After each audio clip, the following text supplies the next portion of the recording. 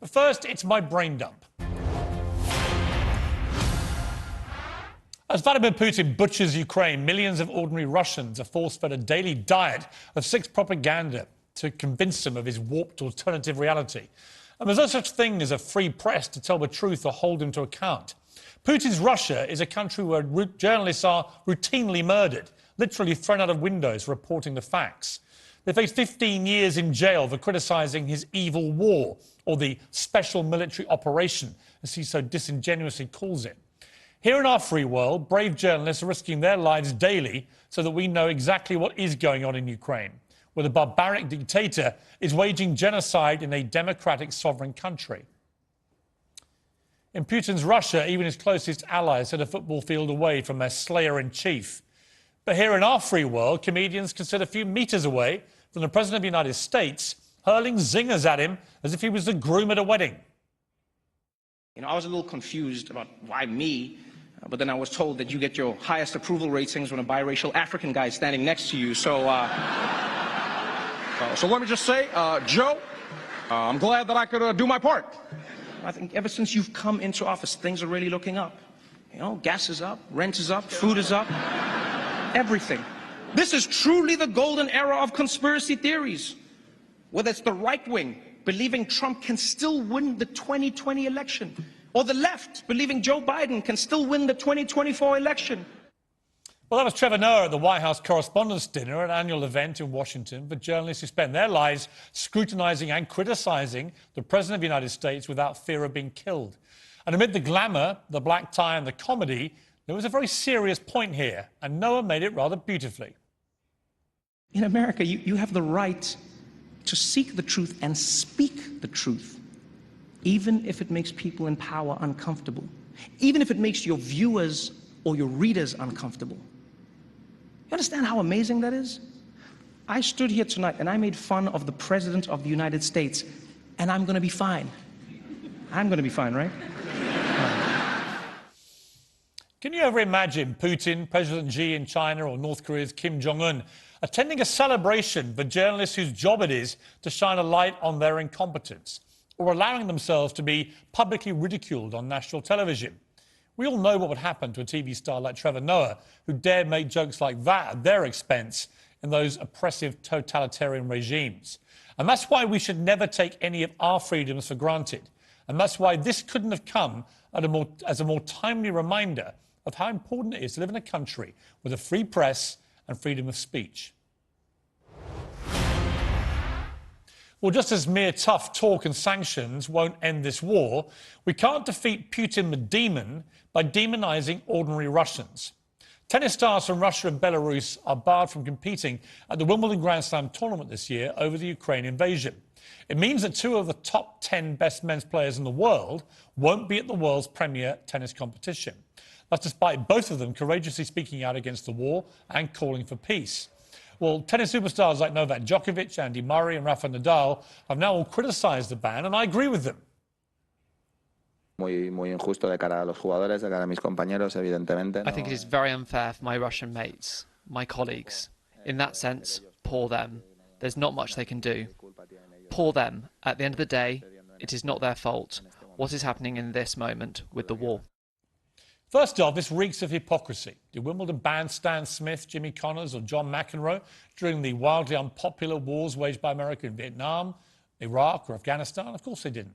And what about the ill-fated and what many view as illegal invasion of Iraq by the US and UK? Andre Agassi, Andy Roddick and Serena Williams all won tennis Grand Slams in 2003. Applying this new logic, they'd have been banned from taking part. There's also been no clamour to ban Saudi Arabian athletes over their country's bloody war in Yemen, which is no less reprehensible than Russia's war in Ukraine. In fact, Saudi Arabia hosted a Formula One Grand Prix just a few weeks ago, and its athletes compete in the Olympics. I fully support blocking Russian national teams who represent the Russian state under the Russian flag.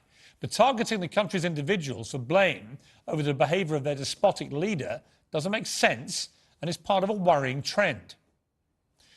We've seen Russian sports stars heckled, Russian arts being cancelled around the world, Russian products being boycotted, even stupidly summoned to sound Russian, Russian restaurants blacklisted, even though some of them are run by Ukrainians. The city of Oxford even daubed over this sign because it used to be partnered with Perm in Russia. This is all pointless tokenism. It won't work and it hurts the wrong people. Dictators depend on stoking fear and hatred of the outside world. This is all just ammunition for Putin's propaganda drive. Cancelling Russian sport and culture won't win this war.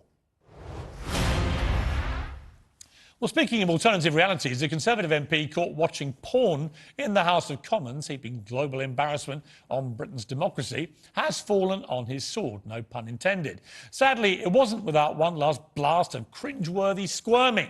Neil Parish, who's also a farmer, first brazenly called for an investigation into the allegations, allowing rumours to swirl about his own colleagues when he knew he'd done it.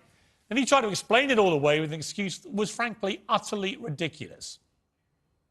The situation was that funnily enough, it was tractors that I was looking at, and so I did get into another website that had a sort of very similar name, and I watched it for a bit, which I shouldn't have done. Who hasn't stumbled across porn looking for tractors?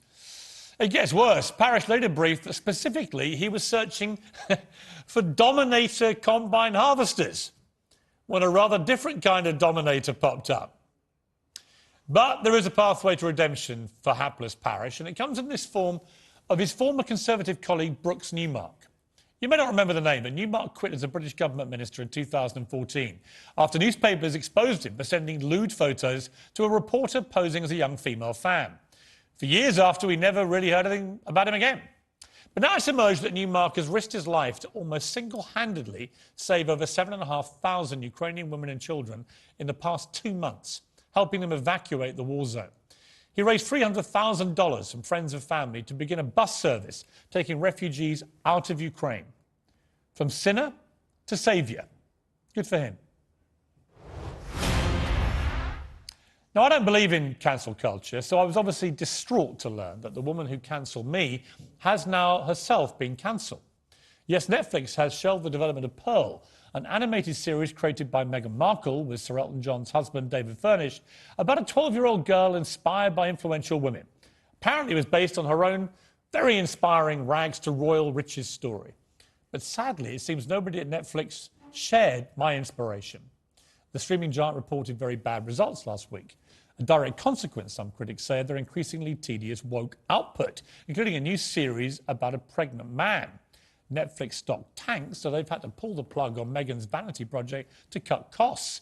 And concern is now mounting that the Duke and Duchess of Netflix's whole $100 million deal with the company may now be in jeopardy. None of this brings me any pleasure, especially after the sad failure of her nauseatingly patronising children's book, The Bench. But it would be remiss of me not to just politely suggest that Meghan and Harry may be suddenly discovering that maybe the rest of the world isn't quite as excited by their self-righteous brand of pious, hypocritical, money-grabbing, virtue-signalling royal bashing as they are. Because, let's face it, when the world's wokest production company axes the world's wokest project by the world's wokest celebrity, that's a whole new level of humiliation. I wish Meghan, sincerely, all the very best at this difficult time.